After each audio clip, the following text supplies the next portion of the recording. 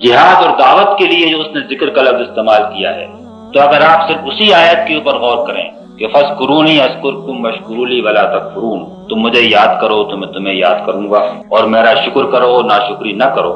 یہ آیت جس سیاق و سباق میں آئی ہے وہ شہادت حق کا سیاق و سباق۔ سورہ بقرہ کے بیچ میں دوسرے پارے کے شروع میں پہلے تو اللہ تعالیٰ نے یہ بتایا کہ ہم نے اب تم کو امت وسط بنایا ہے تاکہ تم لوگوں پر گواہ بن کر کھڑے۔ پھر آگے بتاتا ہے کہ قبلہ ہم نے بدل دیا۔ اب یہ قبلہ جو ہے دراصل یہ اس بات کی علامت ہے کہ آئندہ یہ منصب شہادت حق جو ہے اس امت مسلمہ کے سپرد ہو رہا ہے۔ اس کے بعد پھر اس نے بیچ میں اس آیت کو لا کر فٹ کیا کہ مجھے یاد کرو تو میں تمہیں یاد کروں گا اور میرا شکر کرو تو میں اور ناشکری نہ کرو، اور پھر فوراً صبر و صلاۃ سے استعانت کی تلقین کی، وَاسْتَعِينُوا بِالصَّبْرِ وَالصَّلَاةِ، جو اللہ کی راہ میں مارے جائیں ان کو مردہ نہ کہو، گویا یہ مرحلہ بھی آنے والا ہے اور ہم تم کو آزمائیں گے نقصان سے، جان کے اور مال کے اور کھیتی کے اور باڑی کے۔ اس پورے سیاق کے بیچ میں اس آیت سے معنی ہے کہ فَاذْكُرُونِی کا لفظ یہاں پر استعمال ہو رہا ہے اس پوری ذمہ داری کو ادا کرنے کے لیے کہ جو شہادت حق کی ذمہ داری۔ اور جب حضرت موسیٰ اور حضرت ہارون فرعون کے دربار میں گئے تو انہوں نے بھی اپنے مشن کے لیے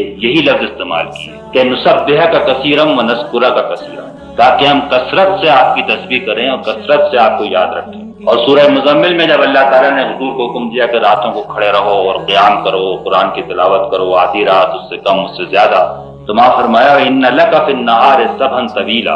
اور دن میں تمہارے لیے تسبیح کا طویل شغل ہے۔ اور دن کا شغل آپ کا کیا تھا اس کے علاوہ کہ آپ دعوت اللہ کا کام کرتے تھے، تو اس کو بھی قرآن نے تسبیح کے لفظ سے تعریف کیا ہے۔ اس لحاظ سے جو آدمی بھی غور کرے گا وہ اس بات کو پا لے گا کہ ذکر کے اندر دل کا بھی دھیان شامل ہے، زبان سے بھی الفاظ کا اظہار ہے، عمل سے اس کے احکام کی اطاعت بھی ہے، اور ان احکام کی اطاعت میں دعوت اور جہاد